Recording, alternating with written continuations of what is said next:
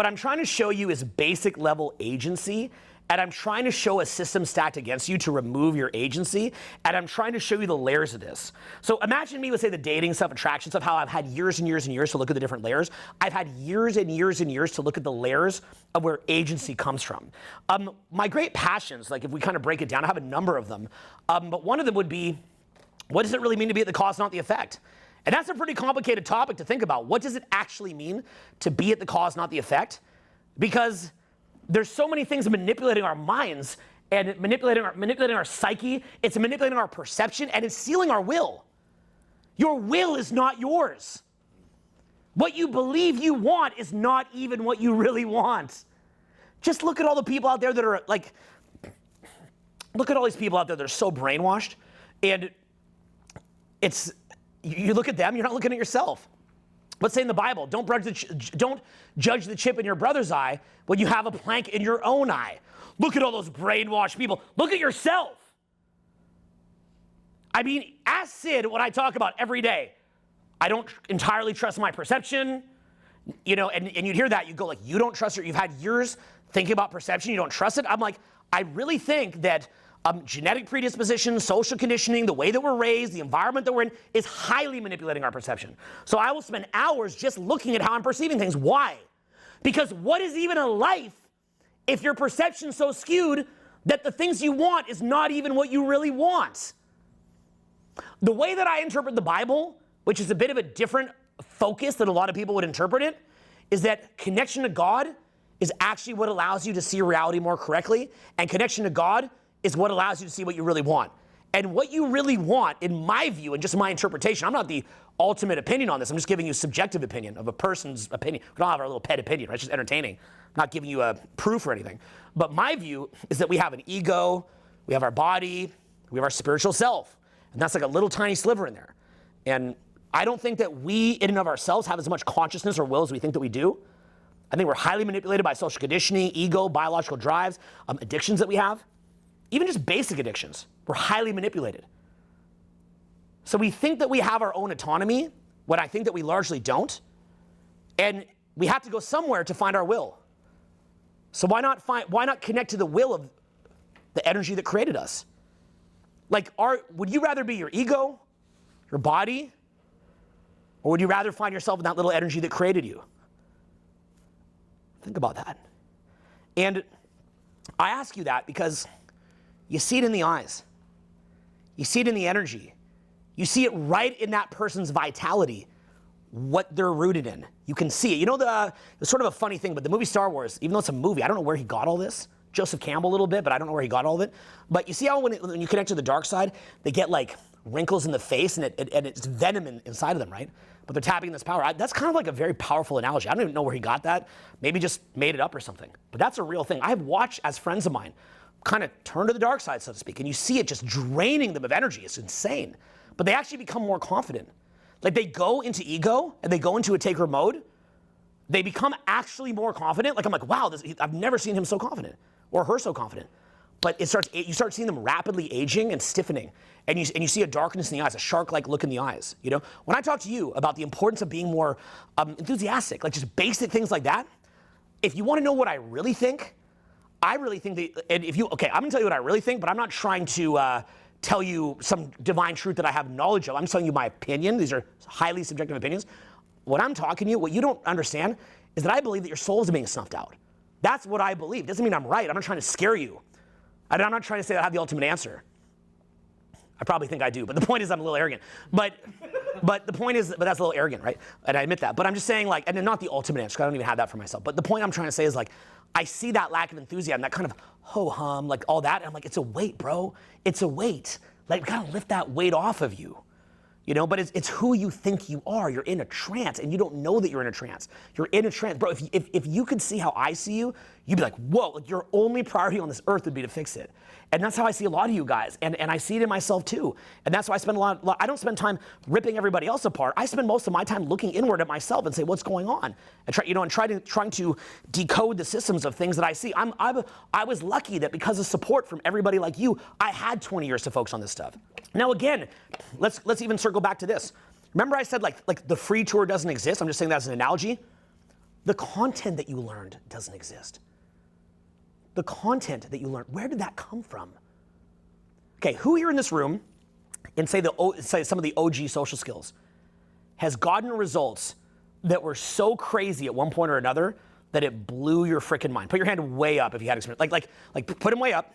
Like so far past what you ever thought would be possible. Put your hands up. Okay, put them down. Okay, caught that for the shot, I hope.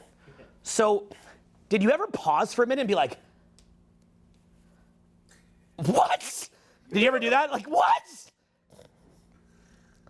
Like, look at the thing that I just showed you.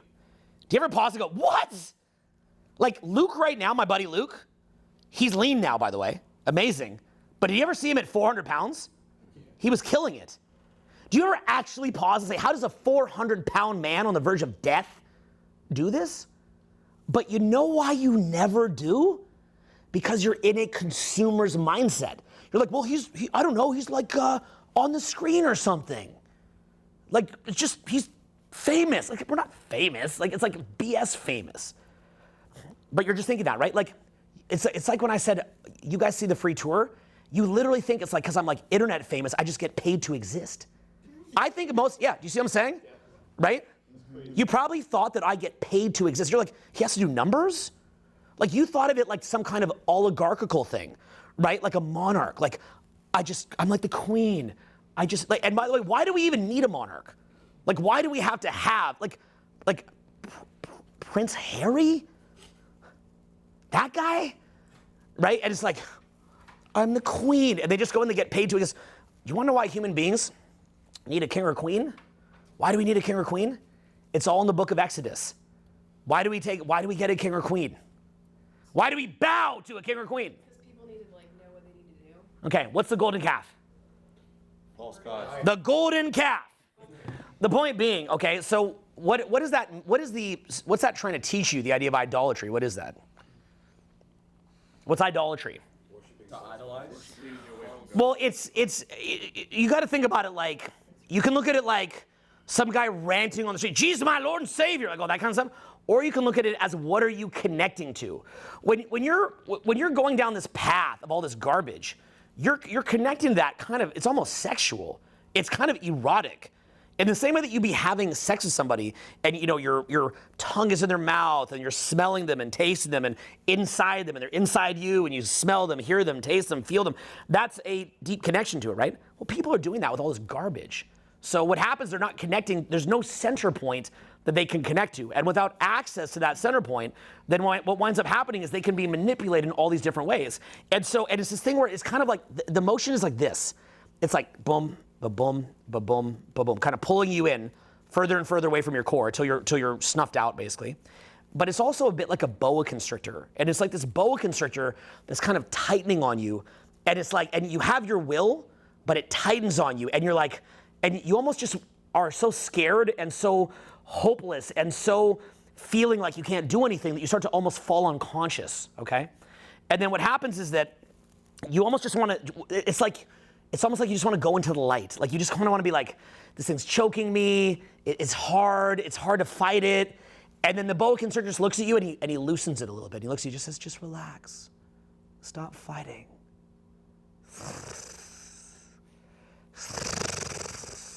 Stop fighting. I'm your friend. It'll be okay. Just relax. And you've been fighting for so long that you just like that, and then it tightens you more, right? And then it's just crushing you, and you're kind of passing out. And you know that you should fight. And then it loosens again. It just says, just relax. It's just like a massage, like relax.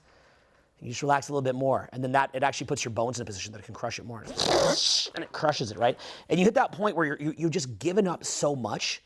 You're so overwhelmed in how to fight this that you just give up and your will is just snuffed out. That is the best metaphor that I'm able to come up with for how they take your will from you. Where, let's just put it in pragmatic terms. You're sitting there in the society, right? And you hear about maybe something like building a business, or you hear about building social skills, like stuff that I would talk about, or maybe seeing the world or doing other things or living in a better system or things like that. You just start thinking like that. And what winds up happening is there's so many variables and things to understand and books to read and mentors to learn from and action that you have to take. It's just kind of overwhelming. And it's like that or weed, right? You came in the right time. That's or weed. You know what I mean, right? It's like focus your minds, read books, study things, look at the system, look at the fishbowl that you're in, look what's being done to you, look at how your very perception is skewed, how your very will is corrupted and not your own. Or that weed. You know what I mean? It's like, I'm not smoking that weed, son. Right? Give me that weed. Give me that poontang and the weed. You know, it's like you just want to go into pleasure. It just feels good. It's easier. It's easier. It's like, relax. I'm your friend. I'm your friend. Just relax. And it's pulling on you. And once they've got you to the point that you're nothing but a consumer, you are now a battery. Like in the movie The Matrix, you are a battery, and you're just this derpy, mindless drone that can just go, that's in this stupid system, working a stupid job, living a stupid life, and you just go around doing that, always in reactivity, not even knowing what proactivity even is, not knowing who you are, not having access to that inner light, not knowing what your potential is, and you just kind of go around doing that. And where do you start? Where do you even start to fix something like this? Where do you start? What do you do? What do you fight? You're a fish in water. It's everywhere. These systems have been put in place for hundreds, if not thousands of years. You've got stacks upon stacks of things against you, right down to frickin' Shaitan, baby. Satan, right? Lucifer, right down to that. So, it's everywhere. It's this gunk, this muck that's everywhere. It's everywhere. Everywhere you look, you're swimming in it. You're swimming in feces, like you're dropped down in a sewer.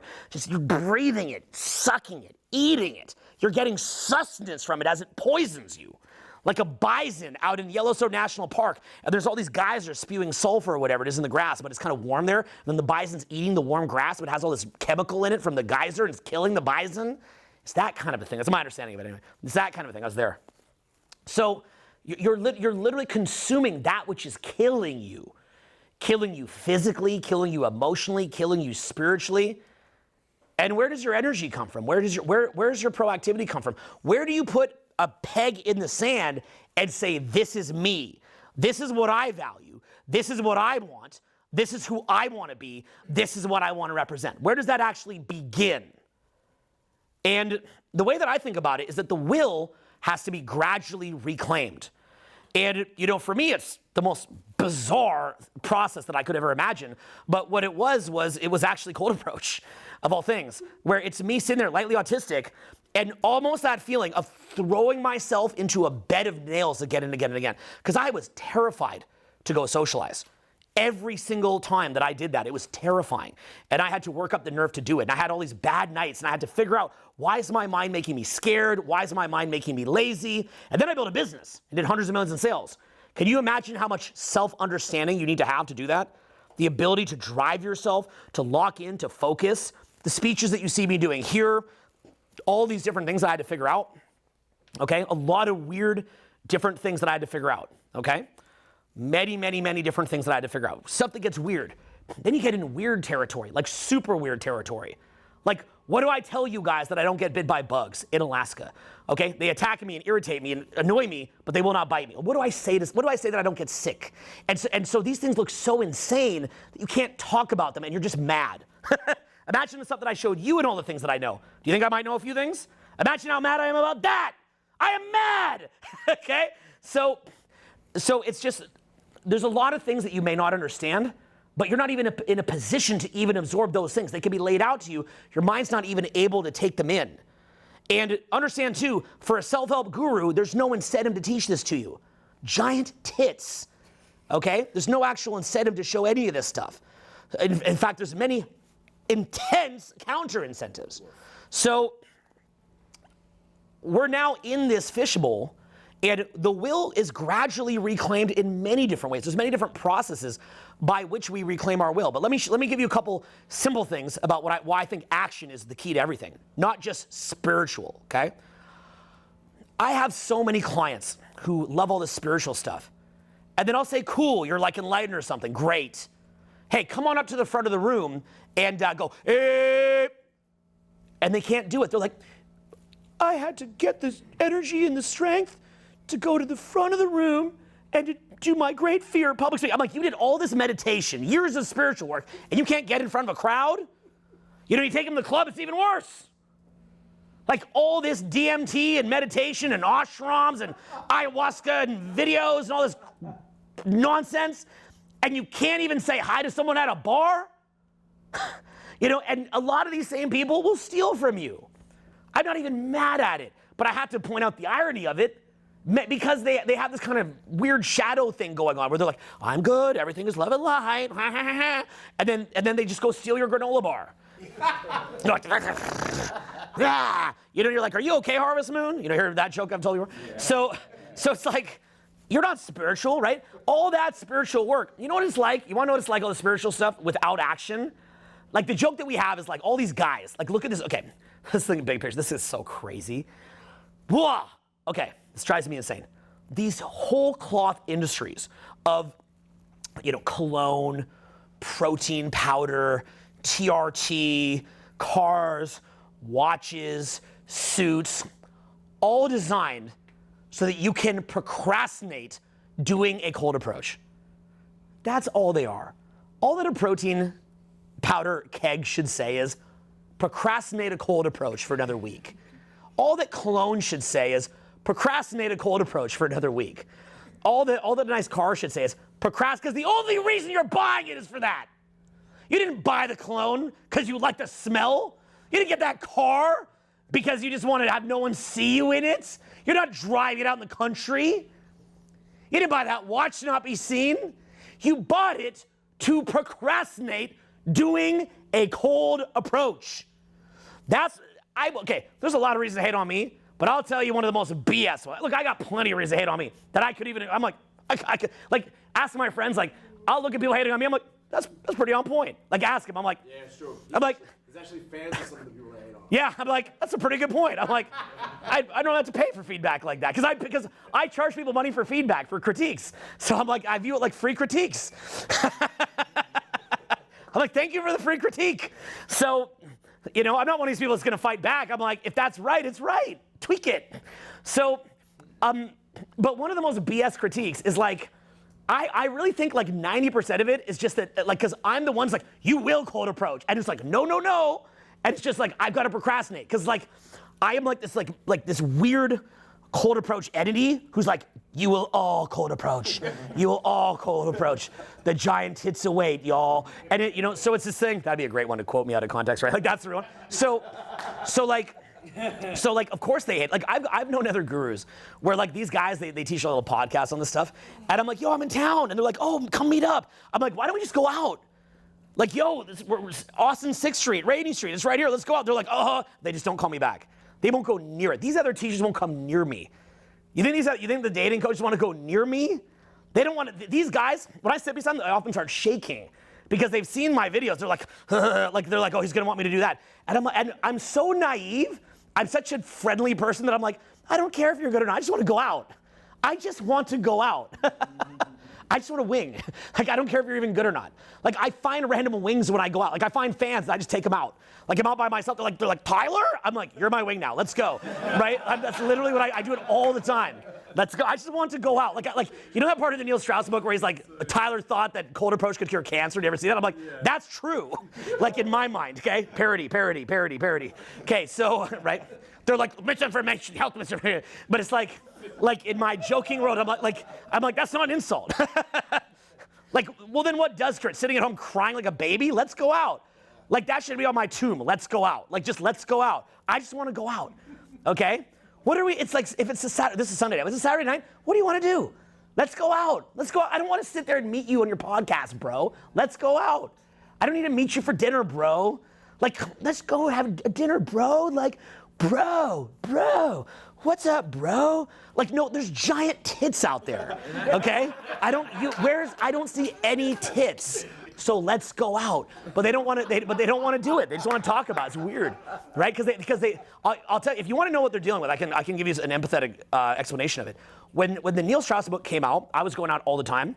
But I now knew that people recognized me, and I knew that if I did a bad approach, they could video on their phone and they could post it. So I was at a point where I was scared to go out because at some point you're gonna have a unideal approach at some point in the night, right? At some point you will. That's every night. So I was like, well, if I go out and someone gets a video, that could be a problem. So what I did instead was I made a commitment that I'm actually just gonna go out anyway, no matter what. And I'm gonna post my own bad videos. You guys ever seen where I post my own bad videos? Yeah. You ever seen I post rejections, I post rough nights? You ever see that stuff? Yeah. What other teacher posts rough nights? I've seen other teachers that will take those rough night videos and be like, look at this, you had a rough night. It's like, if you had some courage, you'd post your rough night. How dumb are you? Everybody has rough nights. Post it. I don't have a rough night. I am the epitome of perfection, right? I am the golden calf. Worship me. So, right? So I made a I'm like, I'll start posting my bad. That's what those teachers should have done. So that they could just post their own bad night, and then now they have the freedom to keep going out, which is the whole reason you got in the business in the first place, is to go have some fun. That's why you did it. It's like you become a ski instructor, you stop skiing, it's dumb. So I knew that I just had to do it. Anyway, okay, so I learned how to reclaim will via that process. And I was basically able to observe how, I was able to observe and to get a sense that as I forced myself to do things that were hard again and again and again, I was finding a center in myself. Have any of you ever done that where you go into a flow state? You love the process for the process itself, even though you get a great outcome from it, but you love the process for the process itself. They teach you in Bhagavad Gita. Bhagavad Gita, what's the whole point of Bhagavad Gita? The process, right? Yeah, it's like almost like a Bible from the East kind of thing. So it's all about the process. You're entitled to the action, not the fruit of the action, right? It's paradoxical. You wind up getting the fruit more often when you do that. So, and by the way, you'll notice with people in super low vibe, people with sociopathy, NBD, they just hate the process. They hate the process. Hate it, hate it, hate it, hate it. They're like, result, result, result, result. They hate the process because the process is flow, and the whole goal of the illness they have is to block out the flow, okay? Just like the whole goal of the system is what? To block out the flow. How do we block out the flow? AI, mark of the beast system. So, okay, is this all coming together for you? Okay, do you see what's happening here? It's all built to block out the flow, okay? It's all built to block out the flow. Side point here. I study marketers. I study all these marketers. The main marketing gurus that I study, they will try to get me to do something that I will not do. But they will come to me and they will say, the best marketing is when you just only put someone forward just a little bit. And the reason why is because they have, in my personal opinion, they have an energetic parasite on their psyche. That parasite now is trying to block out any input that would remove the parasite. There's actually a parasite on your psyche, and it's blocking out input that would remove the parasite, that would get you back to waking up into your core. It's blocking it. So if someone comes to you and they say, help me get better at dating, what they're really saying is, help me to get food for the parasite, but don't do anything that would remove the parasite. So like say that you want to get rich, help me to get rich, but in a way that enforces the parasite. Not help me get rich in a way that removes the parasite. More importantly, and this is a dual thing to know, it is help me get rich to reinforce the parasite, or better yet, do the giant tits thing. Big, huge point here. Do the giant tits version of teaching where you teach nothing. And then this thing that I'm talking about called wealth building can be used as a tool to beat myself over the head. It's another bat to beat myself over the head. And I want to beat myself over the head. This is so subtle, this will blow your mind, okay? There was an old product called the dick magnet. This is real, okay? And the dick magnet was this whole thing called, it was called Pandora's Box. And the sales ad for it was a cartoon, and it was like, you could put a magnet on your dick, okay? Now, anyone in their right mind knows there's no dick magnet. Everybody knows that. There's not one person on the earth that believes there's a dick magnet. It literally was something like, if I want to hook up, I just put on my dick magnet, okay? And the specific reason that it works is the same reason where a political system where it's like, we're going to put stuff in you, we're going to lock you up, we're going to put you on your knees, and people are like, yes, vote for that, right? They're voting for it because they've been poisoned with trauma, like some CEO that wants to get like his nipples electrocuted and wants like hot wax poured on him, and he wants to be whipped and spanked and humiliated with like someone in a leather mask, right? That's like it's like a pay pig or a sub, or things like that. A sub is like a virus that they put in you, like how a vampire can bite you in the stories. You can become a sub. They poison you. They inject you with a trauma, and that trauma becomes parasitic and wants reactivation. So even though you're some rich CEO, you're like a sub and a pay pig and all this kind of stuff. You can actually turn voters into that. You can convert a voter into a pay pig, and then you can actually trigger the voting process with a bunch of subs that want to be ruled over. Okay, like govern me harder, daddy kind of vibes, right? So what happens is with the dick magnet, like all this is a fun seminar today.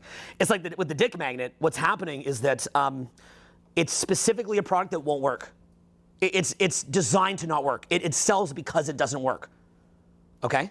It sells because it doesn't work. Do you guys ever try in the past, say I had some of my OG videos where it shows the whole thing, like it's all laid out, it shows the whole thing, and you'd show that to a friend and they would like get mad at it or they won't look at it, and whoever had that. You pass them my really like videos that shows everything, okay, and are hard to produce.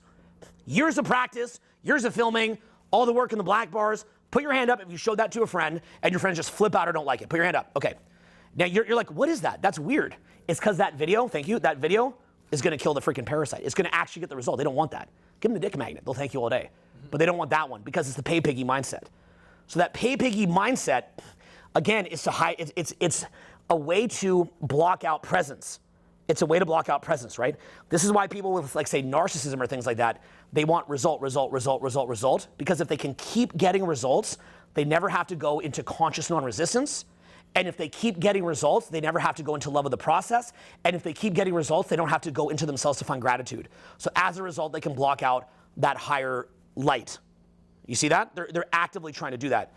You can imagine it as a thought experiment, like the world's a bunch of drug addicts, where at once we were at home with God, and then we said, no, daddy, no, and we run away, and that light is so beautiful that we want to go back, but we're trying to, it's like you're being sucked back in the light because it's so beautiful, and you're just like grabbing everything, and you're trying to almost sew yourself into the physical world, like sew me in, sew me, attach me, chain me, sew me, don't look at the light, don't look at it, don't look at it, don't look at it, don't look at it, trying to sew your way in.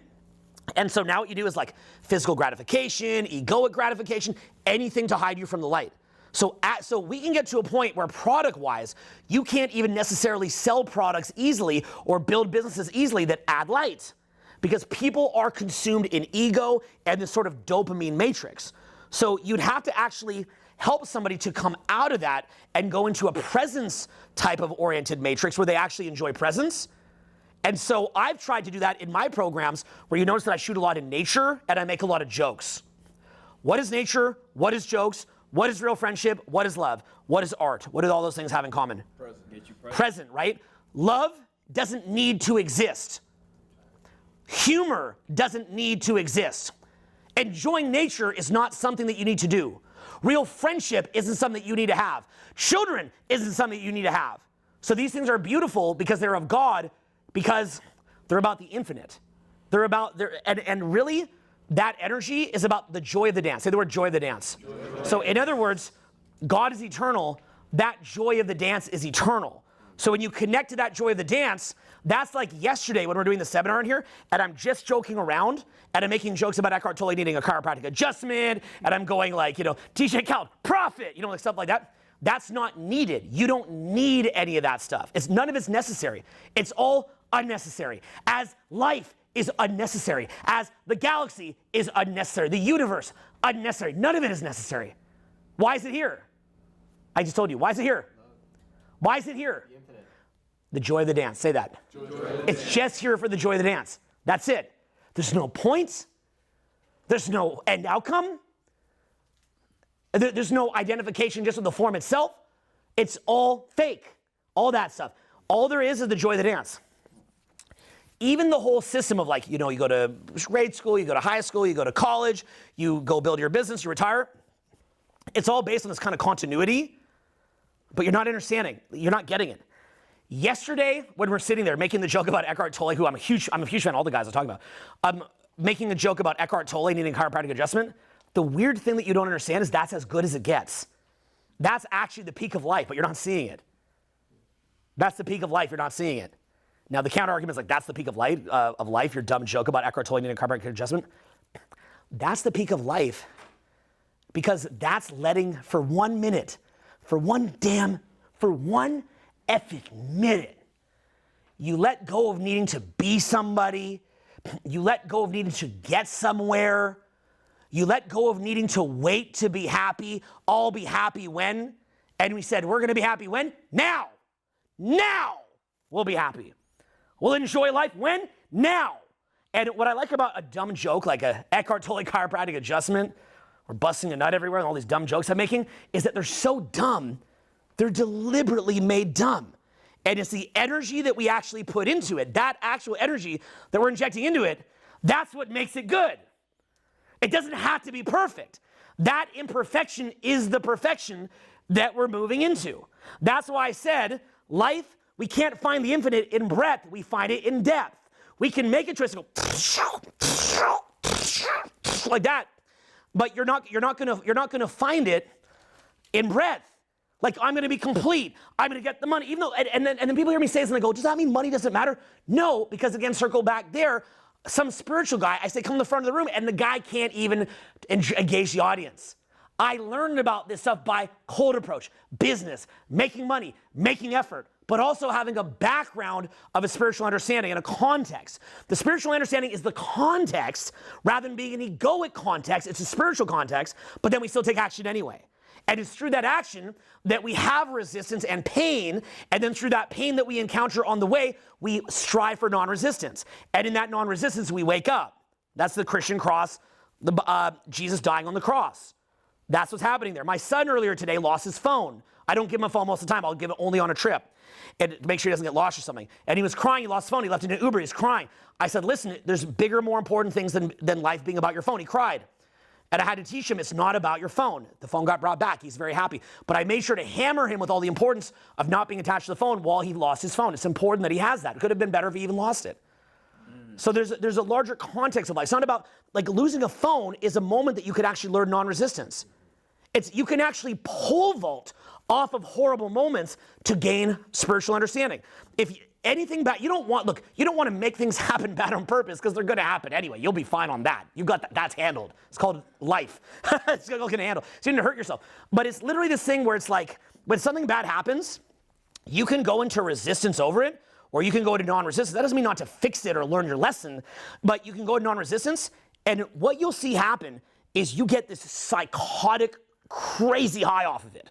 Like, something bad happened and you just release on it, and it's like the freaking clouds parts, like that, and it's like, and you get crazy presence. That's why meditation works. So you just sit there in this boring room, you're like, this sucks, and you don't resist it, and then like galaxy. You don't need LSD. Just sit in the room, bored out of your mind. I accept that I'm bored out of my mind. It opens up. Okay? So these are things that are going on. These are larger contexts that we're not understanding. So in our society, what we have is different contexts and different understandings, different potentials that we're not entirely aware of, and we have to pull back. But what prevents us from seeing that? Work.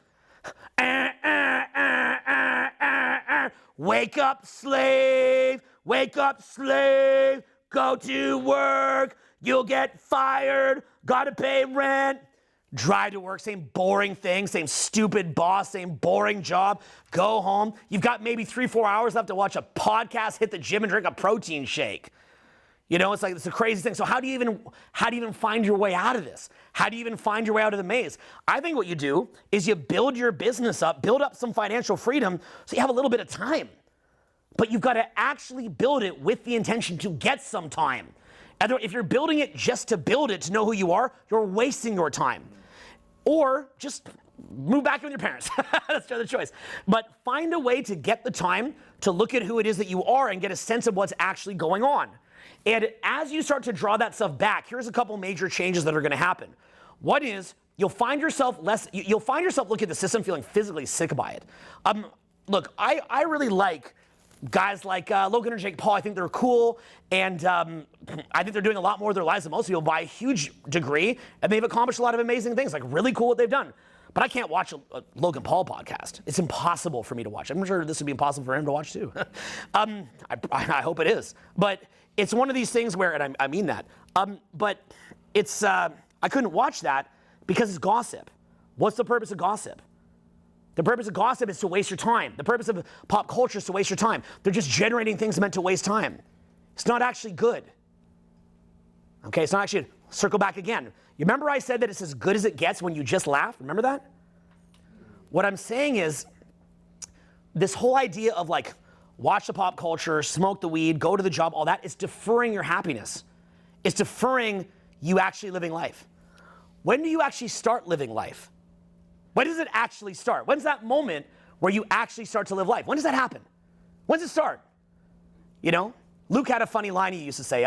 He likes chiropractors, but like, you know this whole thing with chiropractors end of the day, like most of what they do is like, they twist you this way, they twist you that way, they do maybe the bear hug, they do the neck, maybe pull your legs, right? It's pretty straightforward. I know there's some advanced craft to it. I'm not hating on chiropractors. I've been doing chiropractor proactively for years. But you know, they bring you in there like, we're gonna do our exam and like all this stuff, right? And it's like, just a way to nail you for another $150.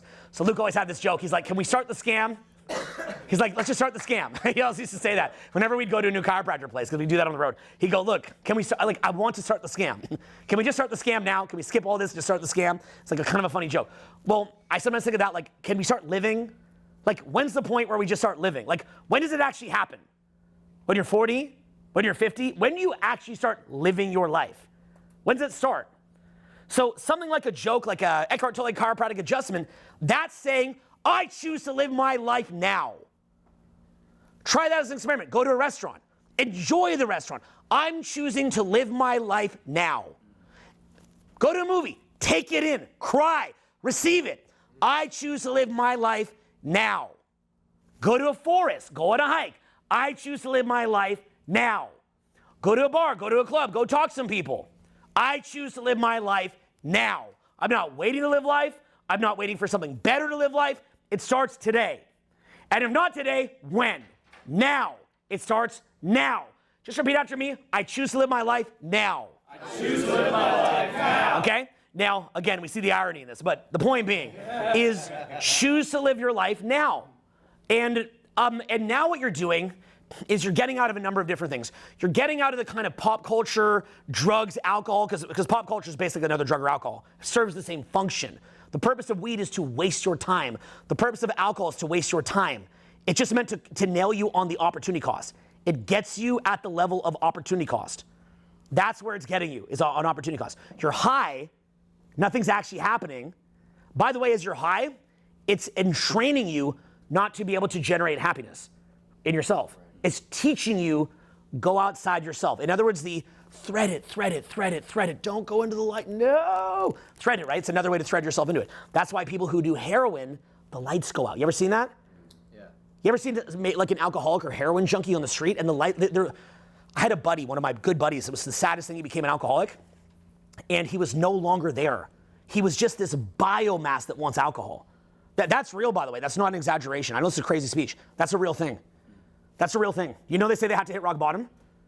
They had to hit rock bottom. Why? Second birth, right? Second birth. Jesus on the cross, right? Second birth. They had to hit rock bottom. And you have to allow them to hit rock bottom. Saddest thing in the world.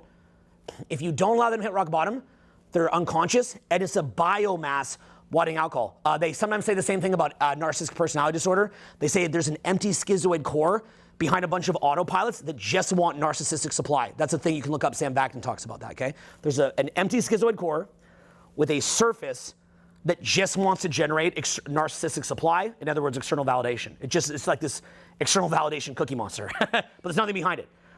Alcohol can induce that.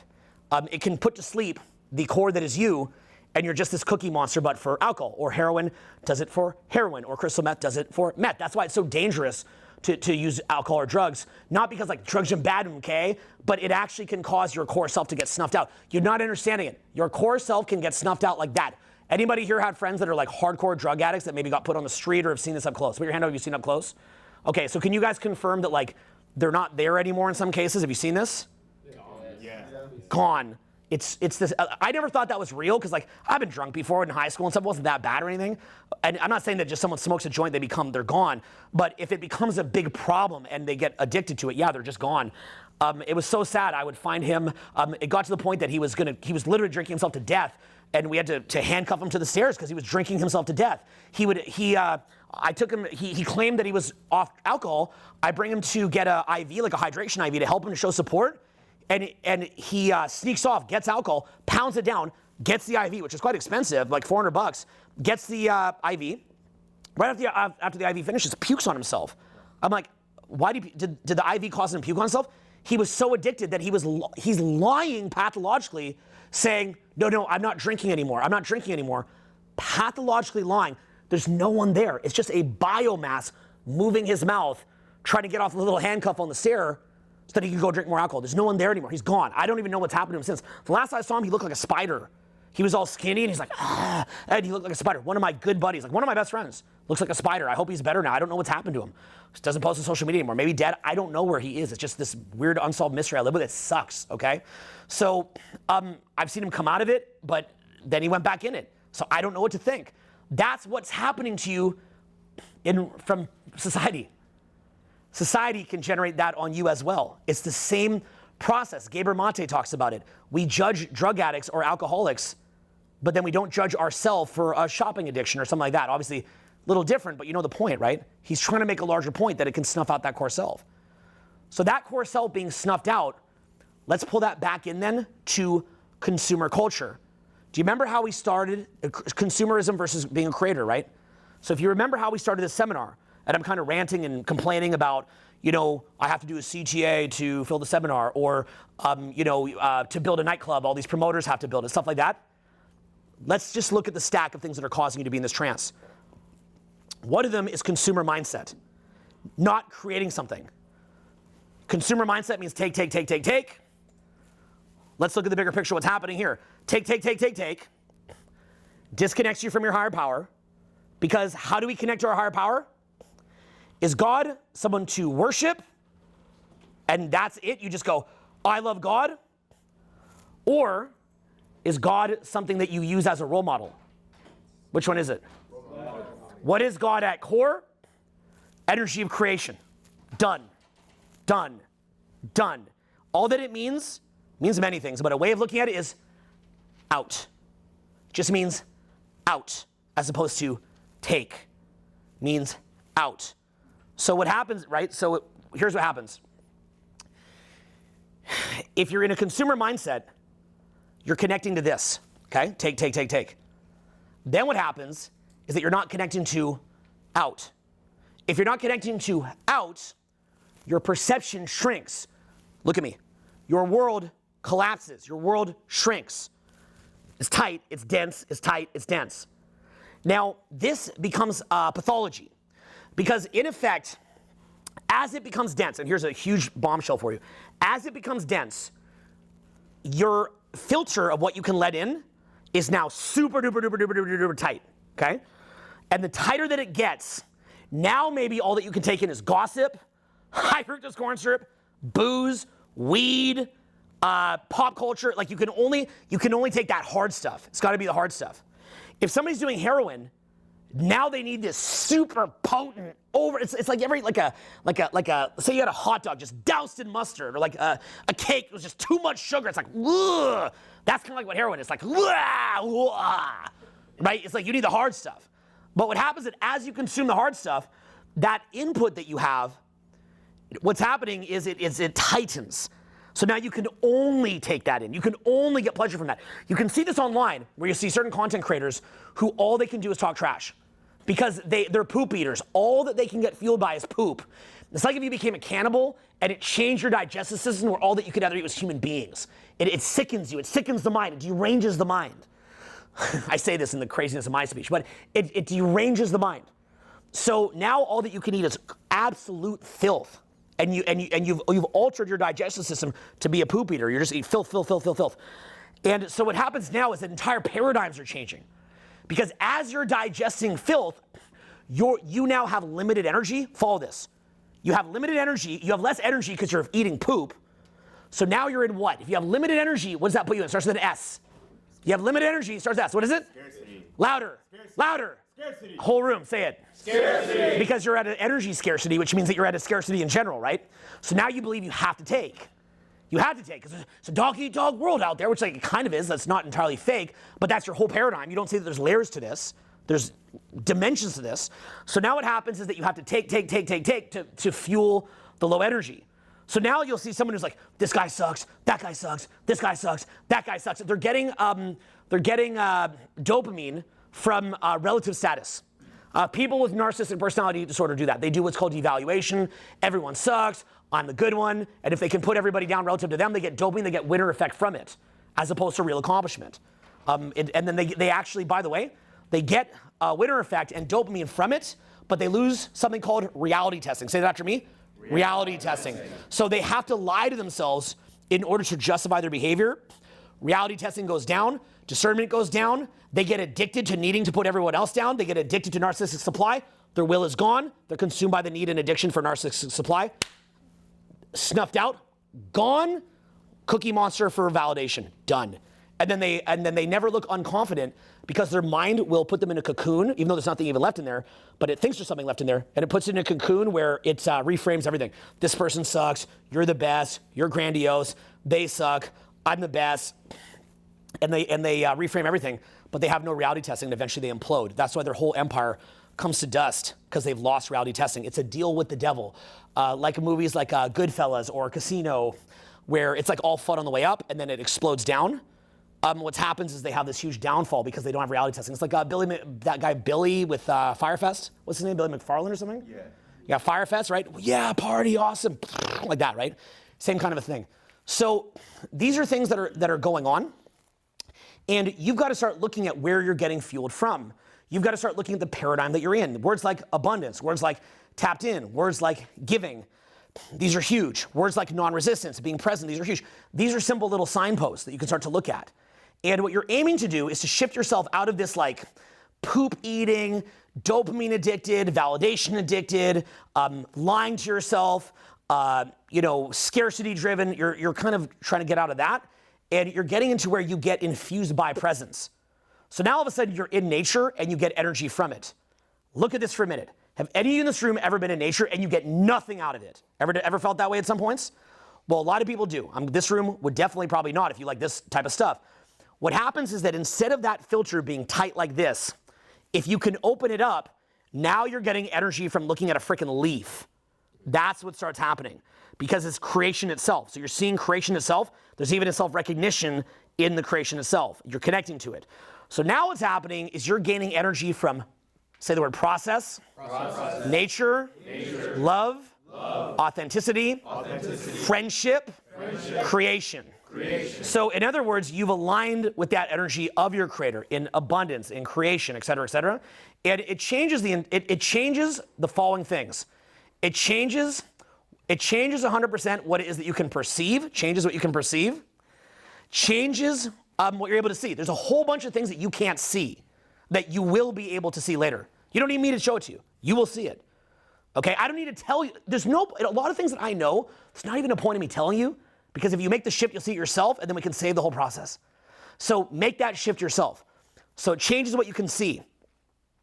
It also changes your will, because now you have a will, whereas before you did not.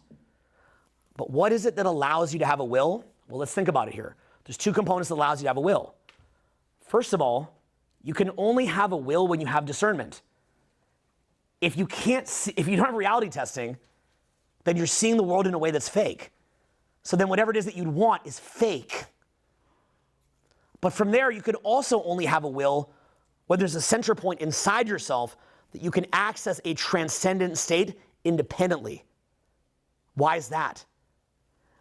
If you cannot access a transcendent state independently, you can't really have a will because there's no center point. Okay? There's not a center point. So you're seeing the world fake. Now you want things that you don't really want. And if you can't access a present transcendent state independently, because you need other things, you're an addict to those things. Those things give you a payoff on the front end, but destroy your will and discernment and good feelings of accessing a transcendent state independently on the back end. That's why it's a deal with the devil. The Bible is showing you all this. It's all in there. But it's done in the format of parable and story. That's my opinion, by the way. I'm not a supreme leader on this, okay? Just one guy's opinion. So the Bible's showing you this. So what winds up happening It's a lot, right? So it's getting late. So what winds up happening, right? Last night you're hooking up, now this. So he hooked up last night. We showed him, we took him out. So you're like, it's quite the shift. It's quite the menu of items offered up this weekend. So basically what happens is that you're not actually able to, if you don't have a center point, and if you don't have a center point where you're like, I feel good here, so I don't need anything. Because if you need things, you become an addict. It's pulling you around, which then alters perception, seals your will. So I don't need anything. I don't have fear of death. We all have some fear of death, but I have less fear of death than the average person because I know I'm more. That's why first in communist society, they want to get rid of the Bible. Why? They want to get rid of it because they want you to view the state as God. They want to create a golden calf. Okay? So you got rid of the golden calf. All the golden calves are gone because you're tapped in. Then you have a will, or then you have discernment, and then you have a will. Now you can do what you want to do. Okay? Which is a very, very big thing. Now imagine me teaching personal growth for 20 years. And I'm watching all these suckers who are so brainwashed that think they want this or think they want that. I go to give it to them and they can't even process it. And even if they get it, it messes them up even more. It's insane. Okay? So I'm thinking like, guys will say to me like, I want to learn dating. So I'm like, okay, well, what would be the best point A to point B way to solve that? I'm going to show videos of it and I'll take you out and I'll show you how to do it and then I'll take you out and I'll get you doing it. The problem's solved. So I put this out thinking this would be the most popular thing you could ever get. And it was popular. 8-figure business, cool. But it wasn't as big as the dick magnet. And what you start to realize is like, whoa, there's a bigger market for the dick magnet than this. Wow. That's insane. And you see it. The other thing that I saw that was really crazy was before we would ever post video proof of stuff, people would be like, oh, this is fake, da-da-da. And you see like a certain amount of comments saying that. I always empathize with those comments because I thought, well, you didn't see me do it. So I taught myself how to go record it. I thought those comments would stop. The exact same ratio of comments existed. But they went into deeper, more sick, deranged ways of explaining it. Sicker and more deranged. If you know, you know. If you've seen some of this stuff, it's insanity. It's absolute insanity. Number one way to know you've got demon energy in you, you're at the effect. Let that land. You think you're at the effect. Victimology is what? Demonology. Victimology is demonic because you believe that you're at the effect. And you are at the effect, actually, when you're brainwashed. But when you go back within yourself and you go back to that center point, you're no longer at the effect. You have agency. So that's how we tie it back to what I started talking about at the beginning of the seminar about things like being a creator. Like the mere act of sitting at a Starbucks and not just going, oh, whatever, but actually like looking at the numbers and stuff, that's you engaging as a creator from creator psychology.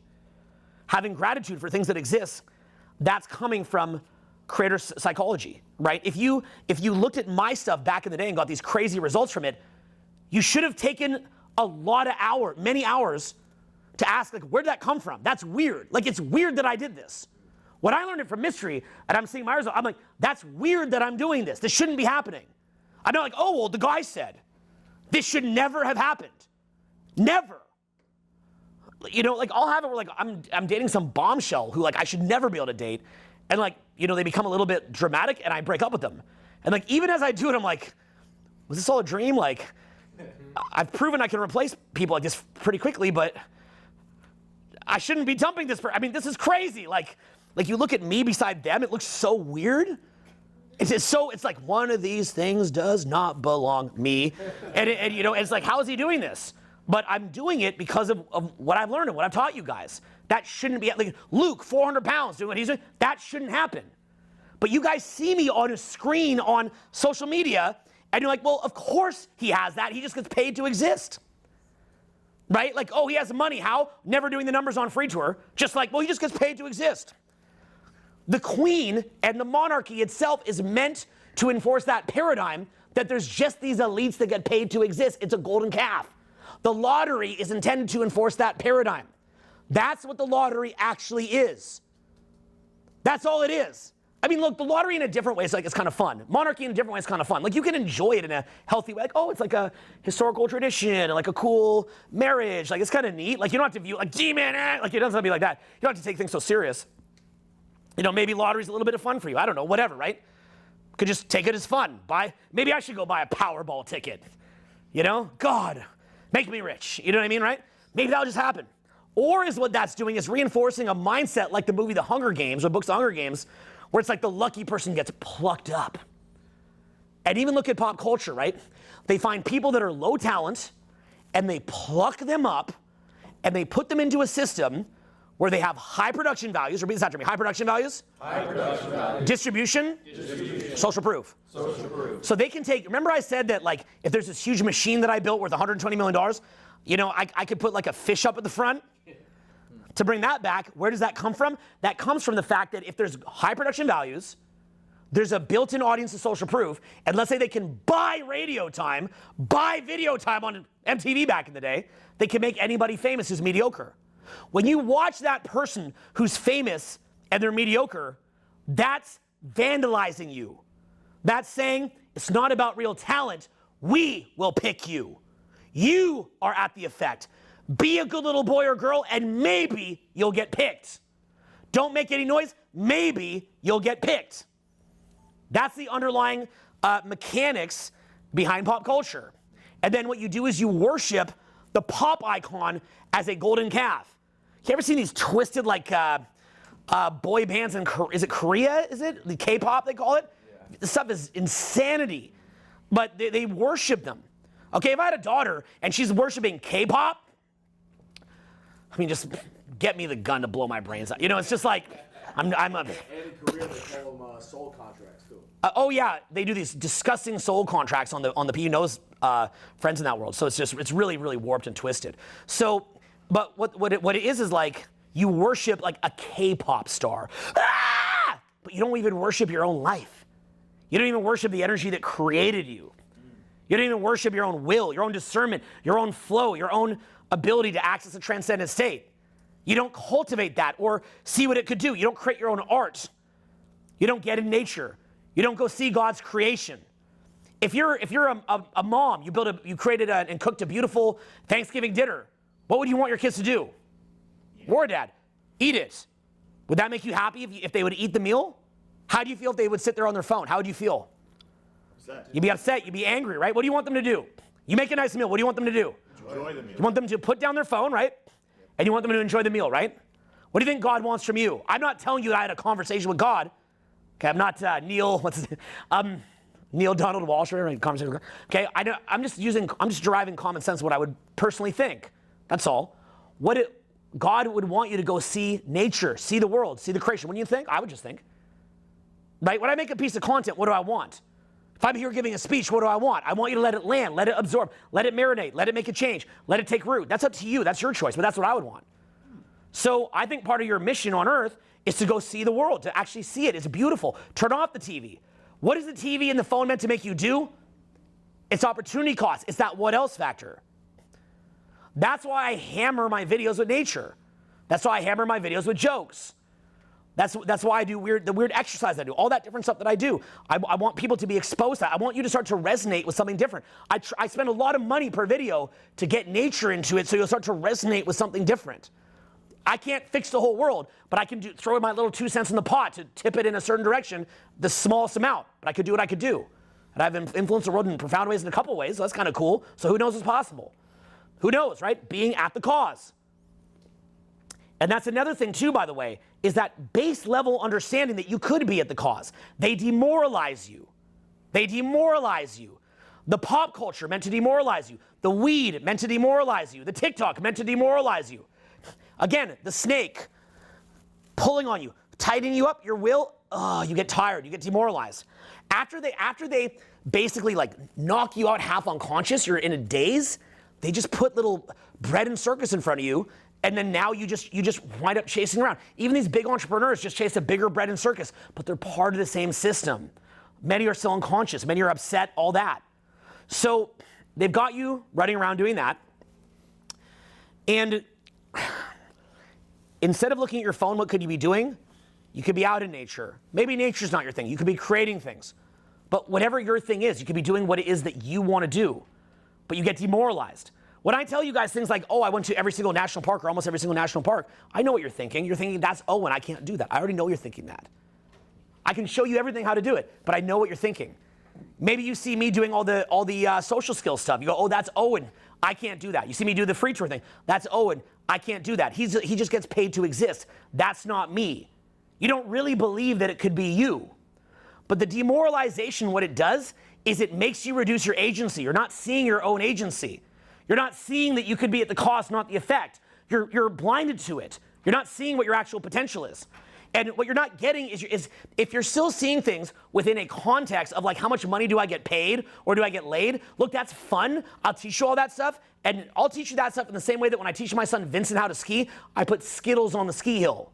I'm like, Vincent, there's a Skittle over there. Ski over there. Really, the skiing is meant to teach him body awareness, love of nature, some courage, but he thinks it's for a Skittle. He thinks he's on a Skittle chase. If I'm teaching you, I'll get you some damn Skittles, okay? Trust me, more Skittles than you could ever eat. Let that land. I'll get you more Skittles than you could ever eat. Let's make it fun. It doesn't have to be hard. It could be fun. So let's get out some Skittles. You know, dating, money, all that stuff. Let's get out the Skittles. Great. But it's more about the agency. If I show you that you can crush your dating life, that's you suddenly realizing I have agency. If I can show you how to make money, that's you realizing I can have agency. So that, that's what I was kind of hammering you with. It's like, don't give up. Look, it's like we're all in the snake thing, and it's like, and it's like I'm yelling at you, don't let it knock you out. Don't let it knock you out. Fight it. Fight it. Fight it. Fight it. Fight it till death. Okay? Resist it. And in a weird way, and this is where it gets so crazy, and I'll tell you another big problem with this. The problem is that you don't beat it with reactivity. That's the problem. That's the whole chink in the armor. Because it's trying to get you identify with ego, and it's trying to get you identify with physical body as opposed to your spiritual self. It doesn't want you identifying with the infinite. So what happens is, you're like, this is bad. That's bad. I want to fight Satan. I want to fight the bad guys. But then the problem is when you do that, what's happening? You react. From that mindset, it's enforcing separation, right? So if you look at simple example, you look at the Jedis, they don't come from, they'll go stop something because they have to, but they're using the force. It's not coming from hate. The classic example, there's an old school story, a samurai has to go assassinate somebody. And right as he's about to assassinate him, the guy wakes up and spits in his face. And when the guy spits in his face, he's like, kill you. And he goes, no. And he actually goes home, calms down, meditates, then comes back and assassinates the guy. Okay? So in other words, because if he does it as part of his duty, not that I agree with any of that, by the way, at all. But I'm just saying if he's doing that as part of his duty, that's different from doing it because he's pissed off and killing the guy for spitting in his face. Basically, that's murder at that point, right? Difference with murder and duty. You have to stop bad things from happening, but where's it coming from? And you'll see this in cases like Nelson Mandela, for example, where, and this is represented in a movie, and movies can be false, I don't know if that's true, but apparently his wife, Winnie, while he's in jail, was putting like tires on people and lighting them on fire and like just going to darkness. He comes out, he's like, oh, my wife, so loyal, thank you. And she's like on this murderous rampage. That's the way they represent it in a movie. I've been falsely represented in a book and stuff, so I understand how that feels. I don't know if that's what happened, but that's just the way they showed it in a movie. True or not, I don't know, but that's how they showed it in a movie. So, it's like you stare into the abyss so long, what happens? You become the abyss, right? So, you start to get reactive. You start to become a what? A poop eater. Say that, a poop eater. That's our inspirational word of the day, right? You become the poop eater because it gets you so reactive. So you see how they get you here, they get you here, they get you here, they get you here, they get you here. You resist, they get you. You get mad, they get you. You accept it, they get you. You consume their BS, they get you. You fight their BS, they get you. It's lies upon lies upon lies upon lies. Deception upon deception upon deception upon deception. Deceit upon deceit upon deceit upon deceit. Mirrors, holograms, shadows, lies, confusion, piles of confusion. There's a old school interpretation of the Bible where it was it Jacob is wrestling this like figure, and it was the angel. I can't remember this off heart. It was like the angel of death. Was it Jacob? Wrestling God. Yeah, he's wrestling. Some people say my understanding was the angel of death, but there's different interpretations. I've actually looked up the different interpretations, so sorry if I got a wrong one. But it was a cool interpretation. I just like the interpretation, but it basically he said, who are you? Let me know your name. And he wanted to know the angel of death's name because he thought that if he knew his name, he could know his essence. And his answer was, why do you want to know my name? He goes, what's your name? He goes, why do you want to know my name? No, what's your name? Why do you want to know my name? What's your name? Why do you want to know my name? And what I think what happened was he pinned him, actually. He had him pinned. And he said, I'll let you up if you tell me your name. And he goes, why do you want to know my name? My name is why do you want to know my name? What does that mean? So what's the angel of death? Confusion? What's the angel of death? Deception. Misdirection. Misdirection, confusion. It's lies upon lies upon lies upon lies, deceit upon deceit upon deceit upon deceit. You fight it, you lose. It's just you lose, you lose, you lose, you lose, you lose, you lose, you lose. So, by the way, this is what happens when you make millions of dollars and you get laid like a rock star, and then you just sit there like in your big mansion, and you're like, what was this? What the hell was this? You know, right? It's like you get shot out the pussy at birth. You spend another 2 decades trying to get back in. You get in there, you're like, this isn't it either. Why? And you come out, you sit in your mansion on the balcony, you're like, Sid, what does it mean? Sid's like, bro, I don't know. And I'm like, why do you want to know my name, Sid? You know, right? Where's those titties? The giant tits. So, Eckhart needs a chiropractic adjustment, damn it. It's like our conversation. So, but what I'm saying, because, okay, let me tell you another thing about me, okay? I'm a greedy motherfucker. Millions of dollars is not enough for me. You know what I'm saying? It's not enough. Getting laid, most attractive people you can imagine, it's not enough. It's not enough. I'm too greedy. You know what I like? You know what I have a taste for? Millions, I'm bored. Girls thing, I've done it. What do you think I like? I want that thing that's so expensive, money can't buy it. That's what I want. I want that thing that money can't buy. I look at these motherfuckers that have money, I'm like, you're cheap, bro. You're not greedy enough. Like a guy like a Mr. Wonderful. Look at Mr. Wonderful. Like, to me, homie, you ain't greedy enough. Like, look at this shit. Like, Mr. Wonderful, he gets an AP watch, right? I got AP. He got a real nice AP. Mr. Wonderful, watch this. So this guy, he's got a lot of money, right? So he gets a custom-made AP watch. Okay, look at this. The only one in the world. Kevin O'Leary's tearing up after receiving his one-of-one custom-made AP. That is the piece unique AP Royal Oak open worked with a ruby bezel and a signature red band. The only one in the world. Kevin O'Leary's tearing up. Bro, you ain't greedy enough, homie. Get greedy, bro. An AP? Stop. I got the titanium one at home. Stop, bro. It's a nice watch. I got it. It's cool. Got a roller here. Cool, whatever, right? That's it? This?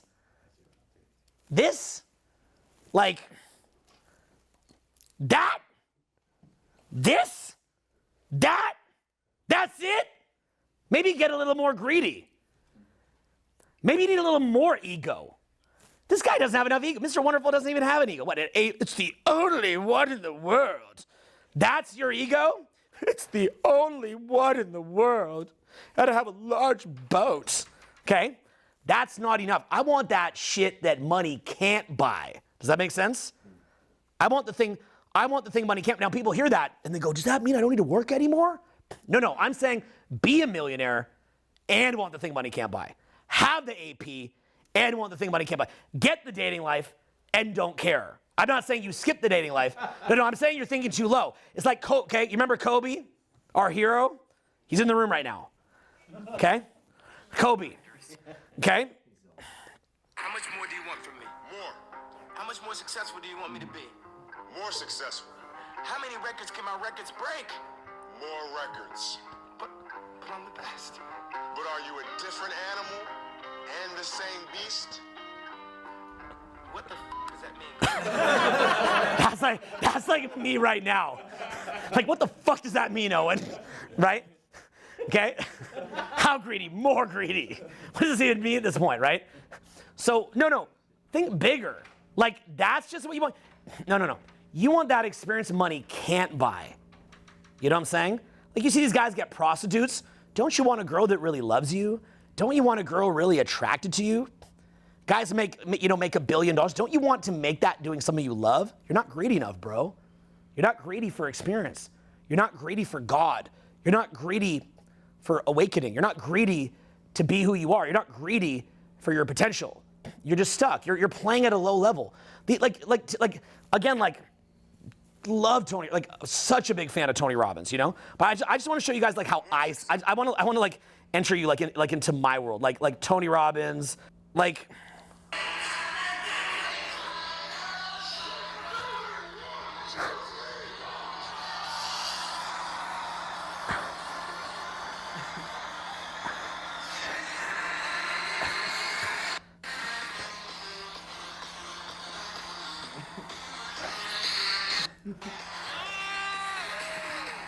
Years ago at Harvard, they did a study, scientifically proven what I've been teaching all these decades, where they call it power postures. Yeah, the Wonder Woman stance. Yeah, standing like Wonder Woman or Superman for 2 A minutes. power posture. Top motivational coach in the world. And then Jordan Peterson tells you to clean your room. And then Ben Shapiro tells you that if a guy's got a dick, he's not a woman, but he's a man. A guy, if you have a dick, you're a man. Wow, what a deep, powerful, conservative ideology. Do you guys realize something about that? Look at it, again, lies upon lies upon lies upon lies. Think about, if you believe in conservatism, and you think about the depth of what that could even mean, and so what they do is they go, you want to know, they're like, you want to know the truth, guys? You want to know the truth? If a man's got a dick, that's a man. And everyone's like, whoa, he said it. Owned. A guy with a dick's a man. Owning him. Oh, snap. And I like a lot of what he has to say. I think he's great. He's very accomplished. But, I'm a huge fan of Jordan Peterson. But it's like clean your room. Clean your. It's like, look what's happened. The actual depth of that ideology that is so profound, going back to the 1776, back to the founders, back to the piercing of the veil that created the country itself. But let's not talk about that. It's like, a guy with a dick, that's a man. Oh! It's a complete and utter distraction. So you think that you're learning what a conservative ideology is. They've got you so... What they do, it's like a gaslighting boyfriend or girlfriend, right? Where they're saying so much nonsense, so much crap, that they move it's called the Overton window, which is the realm of acceptable dialogue. They move it so far that it's like you're arguing with some psycho narcissist, like, a dick means man. Oh, yeah. Like you think you're winning. You're not winning. You remember yesterday I showed you about imposing frames? Remember that? The lens that I'm seeing this through is they're imposing a frame, and then that frame is, let's have an argument over a guy with a dick or no dick. They do the craziest stuff with that, like, the dude in the women's sports and all that, all this crazy stuff. They get you arguing about that, maybe make it illegal that if you don't give the proper gender, so now you gotta fight that battle. So now you're like, we're winning the battle. It's a man. Whoa, dunking on him, bro. Dunking on him. It's so Machiavellian. It's like some Sun Tzu stuff. It's like Art of War stuff. It's crazy. Like if you have an enemy, you just get them on some fake argument, burning down all their time while everything burns to the ground, and you've got them arguing over something that's like is a guy with a dick a guy? Whoa! Okay. Well, everything burns to the ground. It's like the news. They put all this nonsense on the news so that you don't ask the real questions. It's all distractions, lies upon lies upon lies upon lies, distractions upon distractions upon distractions upon distractions. And you're in this. You're in the soup of this. And you'll live a whole lifetime in the soup. Okay? You ever think about this? I feel horrible for all the people killed by Nazis in World War II. Disgusting. My great-grandfather fought them. You ever imagine what it would be like to be some brainwashed Nazi, lied to, and fighting for the wrong side? Imagine you got brainwashed to be a Nazi and were fighting for the wrong side. And you had this whole fake world. Like this entire fake world. Like doing it for Adolf. Living a lie. Totally deceived. A whole world like that. Now that would be much more disgusting than anything happening now. It's the worst as bad as it gets in history. Satan came to the earth in the form of Hitler. But, okay. Satan comes to the earth in the form of Hitler. Kill the motherfucker, right? So, back in the day, you had hot war, okay? You have a hot war. People fight each other directly. Why don't we have hot wars now? You don't need a hot war in order to implode a country. You just demoralize them. Get them fighting over dicks and whatever else. They'll implode themselves. Okay? They'll implode themselves. You know, giant tits, dicks, whatever, right? They'll all lost of values. They'll go implode themselves. So now they go implode themselves. You don't need a hot war. You don't need this person coming directly in, storming the beaches of Normandy to fight. You can fight the war in a diffuse way. Satan tries to come up in the form of Hitler. Does a lot of damage. Horrific. Kill the guy. So now we say World War II ended. We put that in a false label, World War II ended. Was World War II a fight against Hitler? We kill Hitler and it's done. That's perhaps a unit of time, and in fact it is. But it doesn't end. It's like this big force of water coming at you, boom. You kill that source, it goes back, regroups, diffuses into a gazillion different things, and then it just comes in and envelops you. It doesn't matter. You killed one source, it just keeps coming back. It will come back for eternity. It will keep coming back again and again and again and again and again. It might be direct, or it could be diffused. It might be obvious, it might be sublimated. Something like slavery back in the day, disgusting, horrific. It was overt. Can you find another way to get people to do what you want? Can you find other ways? Okay, do you have to chain, whip, demean, and enslave someone to get them to do what you want? No. Could there be another way? Absolutely. So, did slavery end? The worst form of it, yes. Did war end? The worst form of it, yes. But these things become, we think because it's done, we think that's done now, we can just, we're cool, we're good. We think it's just, it's over. It's not over. That continues on. And you're in it now in just a different way. But now they just give you better trinkets. They're like, why get out whips and stuff? It's just so violent. Just get out TikTok. Just do it. There's a more friendly way to go about this, to suck someone's energy and soul. There's other ways of doing it. And the best part is that you go make $1 billion, you're in it even more. Again, Zuckerberg can't give an opinion, so they've got him even more. Look how drained the guy looks. He's completely drained. So these are larger picture concepts. And again, so let's circle it back to this, and we'll kind of head into the conclusion of this. Think about this in terms of agency and your belief that you can be at the cause, not the effect. How do we begin to spool back in perception? We say no. Just say the word say no. Say no. So you start to say no. You say, I'm not investing in that. I'm not emotionally investing in that. I don't care about your system. I'm not even mad at it. I view it as a joke. By the way, you remember I said that if you fight the system, then you stare into the abyss, you become the abyss? One of the biggest ways to fight the system is just to laugh at it. Honestly, it's just laughing at it. It's like a petulant child, right? You have a petulant child, you don't need to start hitting it and all that stuff. You just laugh at it and you stop it. It's like, oh, stop, come here. You're hilarious. Okay, I'm just gonna put you in your room over here.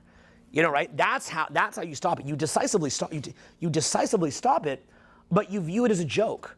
You have to laugh at it. Because you have to stay in that high vibe. Let's say that somebody attacks you in real life. What's the way to handle that? Stop them. And then you stop and you say, hey, do you need a hug? How you doing, man?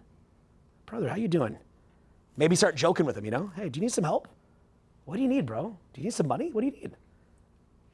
What can I do to help you out, my man? Right? It's like you're so unthreatened. It's such a joke that you're not even scared of it. That's what the devil hates, because the devil wants significance. So if you're mad at it, you hate it, that's not how you pierce the knife into that energy, right? The way that you pierce the knife, see, you go to the devil, sort of the energy that represents the devil, you try to stab it, it grows, it's like Godzilla. It's growing, it's got you, you're enslaved, right? Instead what you do is you pull the knife out, you go over to the veil, and you go, hold my beer. And you go, like that. And light just goes, like that. And it just evaporates it, okay? It just evaporates it.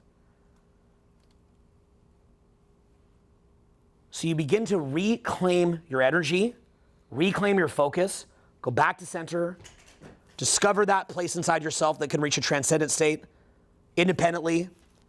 Don't need anything. Bring back your perception and reality testing, which can only be to some semblance of being accurate when you don't need things or have addictions. Reality starts to become intact again. Also, you're not just giving up and having all these trinkets, and you recognize your agency and you recognize your power, and now you start to come back within yourself. You start to resonate with who you are. You start to resonate with your higher power.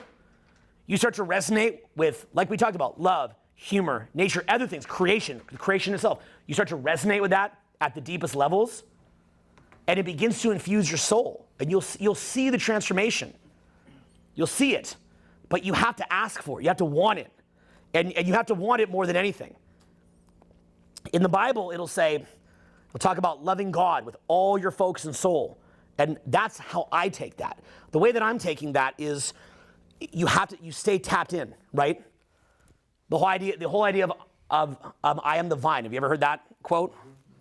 I'll pull that out for you. I am the true vine, and my Father is the gardener. He cuts off every branch in me that bears no fruit, while every branch that does bear fruit, he prunes, so that it will be even more fruitful. You are already clean because of me, or you're already clean because of the word I have spoken to you. Remain in me as I also remain in you. No branch can bear fruit by itself. It must remain in the vine. Neither can you bear fruit unless you remain in me. I am the vine, you are the branches. If you remain in me and I remain in you, you will bear much fruit. Apart from me, you can do nothing. If you do not remain in me, you are like a branch that is thrown away and withers. Such branches are picked up, thrown into the fire, and burned. If you remain in me and my words remain in you, ask whatever you wish, and it will be done for you. This is my Father's glory, that you bear much fruit, showing yourselves to be my disciples. As my Father has loved me, so I have loved you. Now remain in my love. If you keep my commands, you will remain in my love, just as I have kept my Father's command and remain in his love. I've told you this so that my joy may be in you, and that your joy may be complete. My command is this: love each other as I have loved you. Greater love has no one than this, to lay down one's life for one's friends. You are my friends if you do what I command. I no longer call you servants, because a servant does not know his master's business. Instead, I have called you my friends. For everything I learned from my Father, I have made known to you. You did not choose me, but I chose you and appointed you so that you might go and bear fruit, fruit that will last. And so that whatever you ask in my name, the Father will give you. This is my command: love each other. If the world hates you, keep in mind that it hated me first.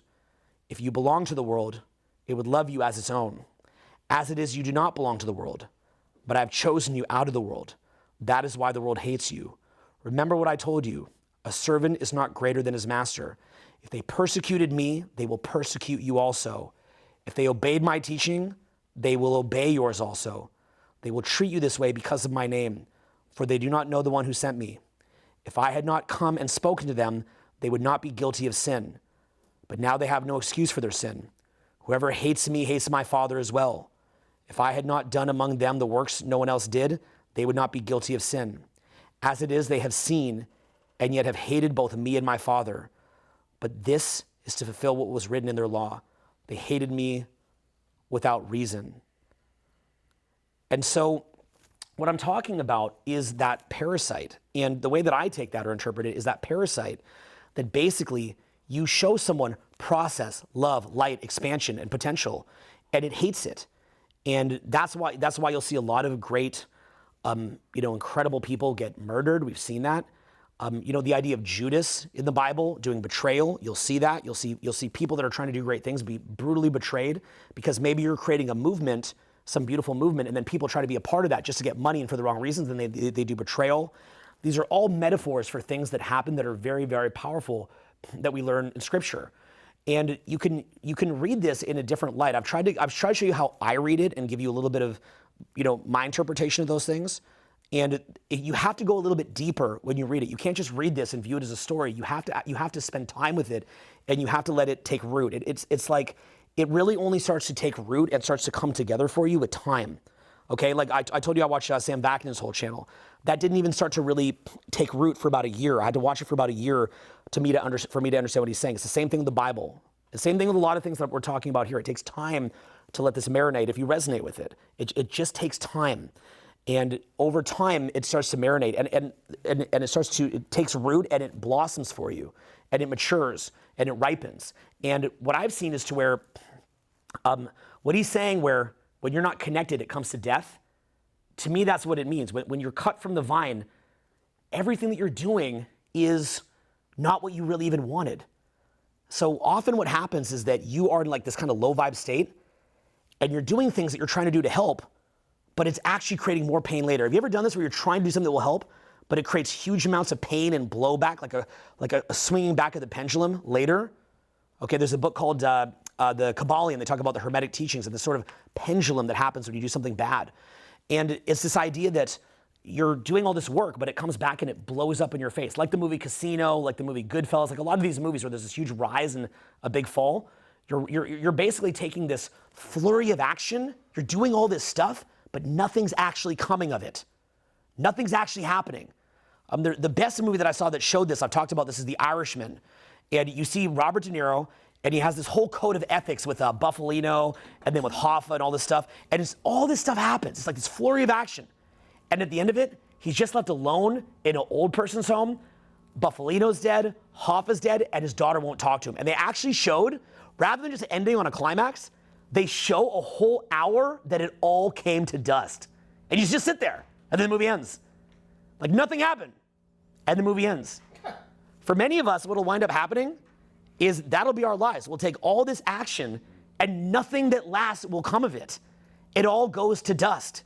When you do those, when you're making mistakes, there's no lasting value to what it is that you're creating.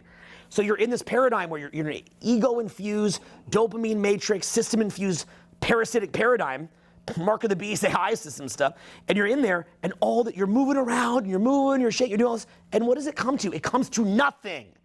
And it usually blows up in your face. So what we're talking about is pulling back from that and tapping in.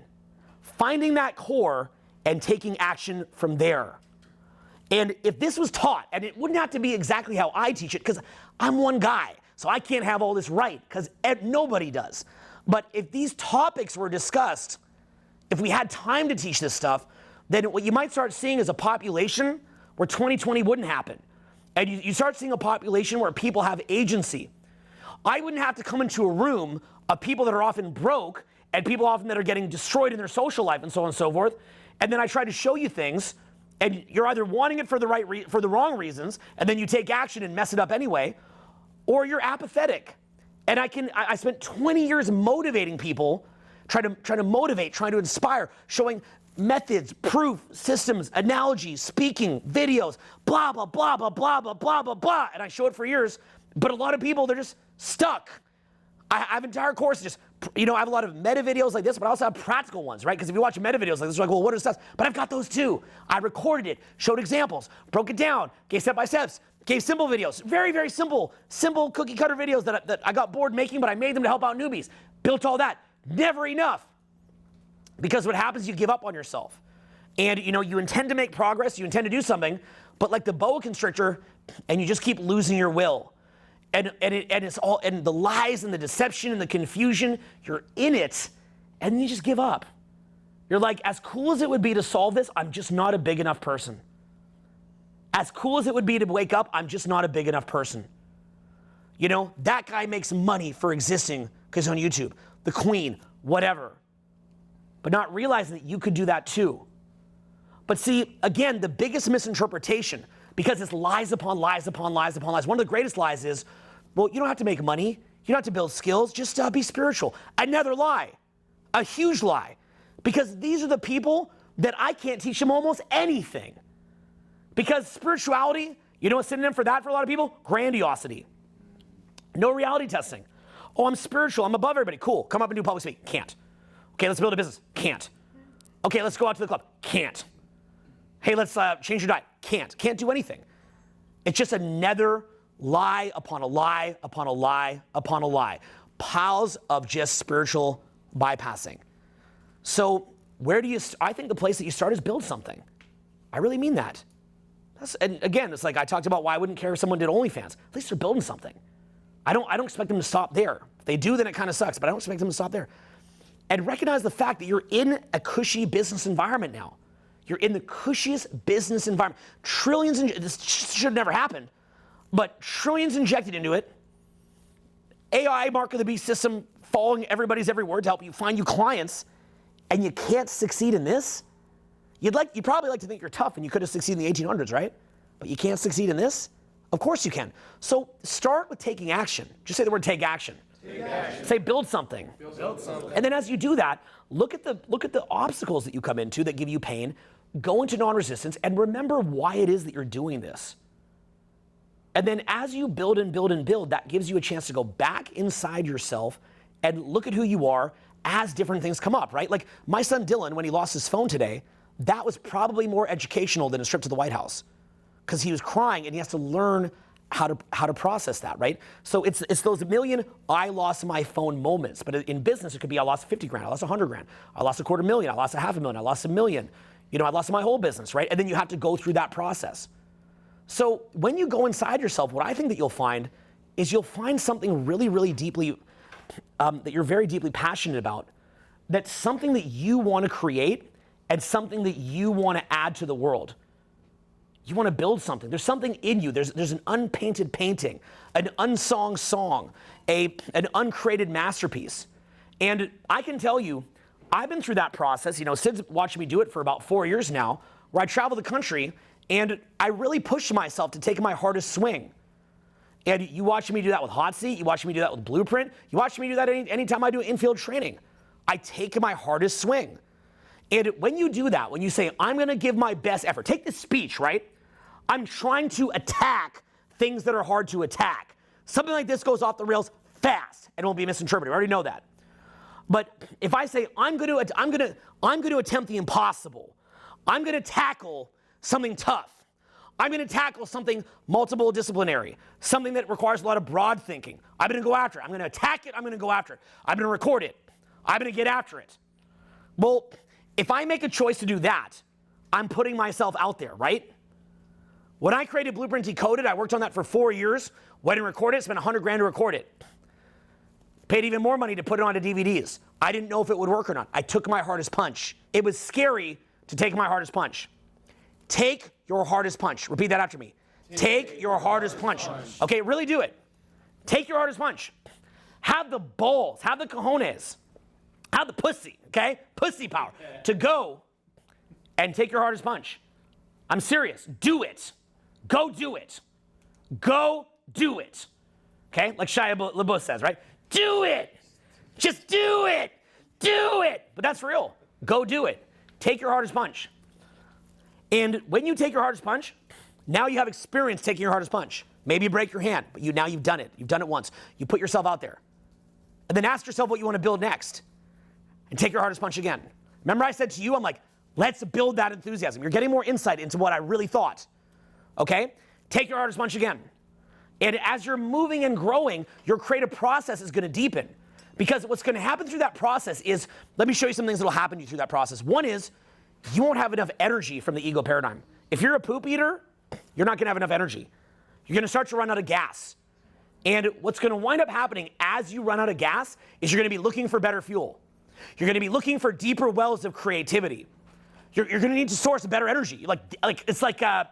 Spock or the guy on the Scotsman, whatever that was in Star Trek. He's like, Captain Kirk, we need more power.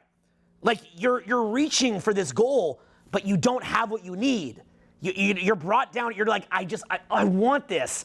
I want to build this. I want to create this. I want to see this come to life. And you're on your knees, and you're just like, I need a deeper well here.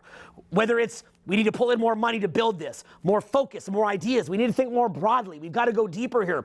I can't just be in the group think. I have to think for myself. And you're forced deeper into your mind, into your spirit, into your soul, into the deepest wells of what pushes you, what drives you. You have people attacking you. You have blowback. You have people that want to see your will snuffed out. They want to see your projects not come to fruition. They want to attach themselves onto your projects to benefit from them and then stab you in the back. I've had best friends steal thousands, even millions from me. People that claim to have my back, people that I loved and would have died for, would have jumped in front of a car for, and had them just I've had them pull out the knife, look down on me, just look down. When I'm at my lowest, I look up. I thought you're my friend. How could you do this? Please don't, please. And just slide the knife in my heart. My closest friends, the people the closest in my life. And I pull out the knife and I go, you never could have killed me. This runs deeper than that, but why? This didn't hurt me at all, but why? Why? Why? How could you do that? Why? Because Satan is running their mind. And the sad thing is that when friends have done that, I've watched them go into drug addiction right after. I watch them go into complete and total self-destruction after they do that. And I'll even tell them, I'm like, you shouldn't have done that. You're gonna self-implode. You're gonna self-destruct. You shouldn't have done that. And then they're like, no, and they start rationalizing it. But because they have to lose reality testing to justify the behavior, they now lose grip on reality because they can't even see themselves in the right way without self-deception. And with that self-deception, they create more and more and more self-deceptions, and then they go down and they get pulled in by the boa constrictor. They gave up.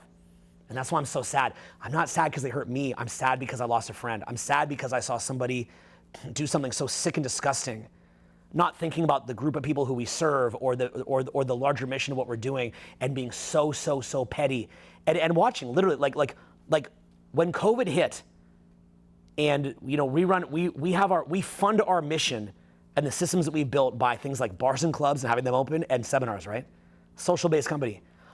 I watched in some of the saddest moments as people ran from what we did like a sinking ship, like rats from a sinking ship, but on the way out the door, grabbing what they could on the way out the door. And I'm sitting there paddling. I'd be on phone meetings, like all hands on deck. We're gonna save this mission. We're gonna save this. And people would be just talking to me on the phone while literally stealing, creating side hustles, the sickest, most disgusting thing that you've ever seen in your life. And I will always find solutions. I will always dig deeper. I will always find the way. But I felt for them. I felt so bad for the people that I saw do that. And I saw that happen during the Julian Gate stuff. Julian Gate truly showed everybody who they really were. When that Julian Gate things happened, the first thing I did, because I knew what was going to happen. No one else knew, because I'm able to see trends. And I called Julian and I said, I will not betray you. I will not stab you in the back. I will be there for you, and I'll go down with you. No other boss would ever do that, honestly. They never do. Name a single other case where they ever did that. I probably shouldn't have, to be honest with you. And I called and I stuck that out. I stuck it out, and then they came for me. But I watch as people on my team, like the guy that recorded some of that stuff that he got himself into hot water for, claimed that I'm against this. You're the one who recorded it, brother. You're the one who recorded it. And he encouraged that. And the funny thing was, that same guy made this whole hoopla about how he's like so perfect and then he since then has just imploded. It's the saddest thing. And I've just seen I watch as who people were under pressure came to the surface. You saw it. And in many ways, as we enter into that mark of the beast system, you'll see people who will literally go to preserve their own life. They'll go, it's like you extend your own life a little bit longer, and they'll lose their soul in the process. You'll see backstabbing. There's the backstabbing that you'll see. They say that something like 15 days in to societal breakdown, people go to cannibalism. Have you ever heard that kind of stuff? I don't know if that's true. People start eating each other, killing each other. It's crazy. And that's in human beings. So I've seen that under pressure. And as I see that stuff, I'm just left with questions like, how did my friend do that? Like, how did the person I love do that? They can't hurt me. I'm in a life position where I can't even get bit by a mosquito. I can't get, like, nothing's gonna hurt me. I don't care. But it hurts me at a soul level. I cry for them because of how they vandalize themselves. And it's like Satan mocking you. I'll take your friend. I'll take your own friend from you, right? It's like you're trying to do something, like I'll take your friend and brainwash them and vandalize them. And they do it and they vandalize themselves. And I'm not a perfect person by any means, but I'll tell you this. You start going down that path for too long, the only person who loses is you. It's not this big thing where like you're getting one over on anybody. Nobody got anything over on me. You'll never see me attack back on anybody because nobody ever got something over on me. They did that to themselves. You know, they tell you it's between them and God. You don't need to, it's in the Bible. You don't need to punish anybody. It's between them and God. It really is. And punishment begins immediately upon that act. So you've got to ask yourself if through your actions, you are building your will, your discernment, your access to independent state of flow, or are you taking away from it?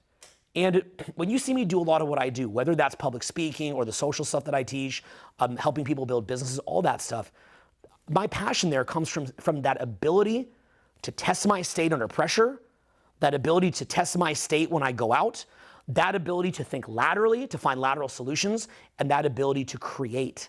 And that's what makes me passionate about business, is the creative process in and of itself. I'll tell you the best analogy I learned about that. When I had to nuke all my videos in 2019, can you imagine what that's like to have to do that? Okay, your friends from the State Department call you, they tell you what's going on, and literally I nuked the videos. Do you imagine how many hours I put into those? You know what's funny about that? Everything that you create will come to dust eventually. But I got to see that happen before I died. That was weird. Imagine if every kid you ever had got wiped out. Imagine if everything that you ever did was destroyed. But imagine seeing that while you're alive. And the major lesson that I took from that, and it was so powerful, it was the most beautiful thing that could happen to me, even though it's sad. The thing that I took from that was, I thought of all those times that I was obsessed with just the result, all those times that I was obsessed with clout, all those times that I wanted to make money from what I did. And then it was all erased. And you know what I would have done different if I could have changed one single thing? I would have just had a little bit more fun. Knowing that they'd eventually be wiped out, I would have had a little bit more fun. I would have just enjoyed it. Like what you guys saw me doing here last night. I would have just had a little bit more fun. And so I realized at that point that I want to have some fun for the duration of my life because I built all this, it came to dust anyway. And the major takeaway, and I think this is the biggest thing of all that you could learn tonight, I'll wrap with this. There's a story of a little kid, and he's on a beach, and the tide has come out. And there's all these little starfish that are there, that are dying, burning in the sun. And the kid comes down, and he frantically starts taking the starfish, and he starts throwing them back in the ocean. And he's just picking them up, throwing them back in the ocean, picking them up, throwing them back in the ocean. And an adult comes, and he says, "You dumb little kid, you can throw all the starfish back in the ocean that you want, but there's many of them will get eaten in that ocean, and there's starfish dying on beaches all over the world. So just enjoy your life." And that kid who has not had their will sucked out of them, who has not yet been exposed to this boa constrictor of giving up and just giving up for just immediate pleasure or gratification, looks at the adult, thinks about what the adult says, and says, "You're an idiot." And then that kid goes down and grabs the starfish and keeps throwing them back in. That's the essence of the mindset that I'm trying to relate to you right here, which is that there is no finality. Everything that you do will come to dust. You will not find the infinite here. You only find it here. And that moment of throwing the starfish back in the ocean was one moment finding it here. So in the scope of a 100-year life, which would be extremely long, or in the scope of a 5,000-year life, it's still nothing compared to the infinite. But we can find the infinite now. So train your mind and wake up. Reclaim your agency, reclaim your perception, reclaim your will, reclaim that access to a transcendent state created just by you. Rid yourself of addiction, of nasty, sick, deranged energy that's in you. Purge yourself of it and find out who you are. And when you do, you will achieve that moment that's beyond money. See, that kid throwing those stars back in the ocean is light years ahead of Mr. Wonderful with the AP. And I thought that was a funny video. I can take it as funny. But he's light years ahead of Mr. Wonderful with the AP. He's light years ahead of somebody on a private jet because he's connected to the energy of creation itself. And that's why you look in a child's eyes and you see in the pupil, you got learn to recognize the energy in the pupil dynamic in a happy kid's eyes. And look how associated into the moment that they are. And look at how they're experiencing life. And rediscover your ability to live life in that childlike way. When I said be greedy, you're setting your goals too small. Find that thing that money can't buy. Years of just being mad about your business and trying to get clout and all that stuff, that's taking you away from that state. And the whole industry of whether watches or Lambos or cars is a way to justify that you have something that other people don't to create more separation, by the way. It's literally a drug addict's, it's no different than hard drugs. And go get those things for the fun of it because you love it, but don't get those things for the wrong reason. Get those things to prove that you can have it easily, but don't get it for the wrong reason. Get those things to prove to people, I have all this. This is a joke. I've got all this stuff. It's a joke. And you can say that like Bieber saying that he doesn't want to get laid anymore. He wants to get married because you have it. You prove you can have it. It's a joke, and it just represents the work that you put in. That's it. But from there, strive for those things that money can't buy. Look for those things that money can't buy. You already have access now to billions of dollars in infrastructure, national parks, nature, cool things. You have it now. Go build your empire. But realize that you can start having fun right now. You've got billions in assets right now. Start enjoying that. You are a billionaire right now. You have billions of dollars in assets that you can enjoy right now. Begin enjoying those today. Find those beautiful moments. Continue to create them. And continue to go inside yourself and find out who you are. And then at the end of your life, there's going to be this powerful essence built inside of you. And that essence isn't going to be tethered into the earth. That essence is tethered into the infinite. And you'll feel that growing inside your body. You'll feel that growing inside of yourself. And it will be this feeling where you can just act from instinct. And you can act from authenticity and a natural flow. And you gain energy from the action itself because you gain energy from the process itself. And you gain energy from giving. And now you're in a state of abundance. And the more that you give, the more that your mind opens up, the more energy that you get, and then the more that you can achieve, which then further enforces that abundance and puts you into an upward spiral. This is the core essence of self-help. This is really what I view people like Tony Robbins trying to signal you to, Eckhart Tolle trying to signal you to. Because a great self-help teacher looks at people that are learning and sees that deadness in the eyes, that kind of look from an 1800s photo where people are just sad, traumatized, in scarcity, energetically tight in, poop eaters, resonating from BS, wasting time, stuck, victims of the system and unaware and unconscious. And that look in the eyes that a great teacher is trying to bring out of you, that's the ultimate goal. And then from that center point, that's your second birth. Like in the Bible, the second birth. That's your second birth. It means that you're reborn. And the whole entire world is in front of you from that point. You can do anything. The whole entire world is in front of you. And you can really live. So that's what I think what we're trying to teach you in personal development. That's what I'm trying to get at. And thank you guys for being here and listening. I really appreciate it. Thank you guys very much. That was awesome. Thank you. Thanks, guys. Thanks for pointing that out of me.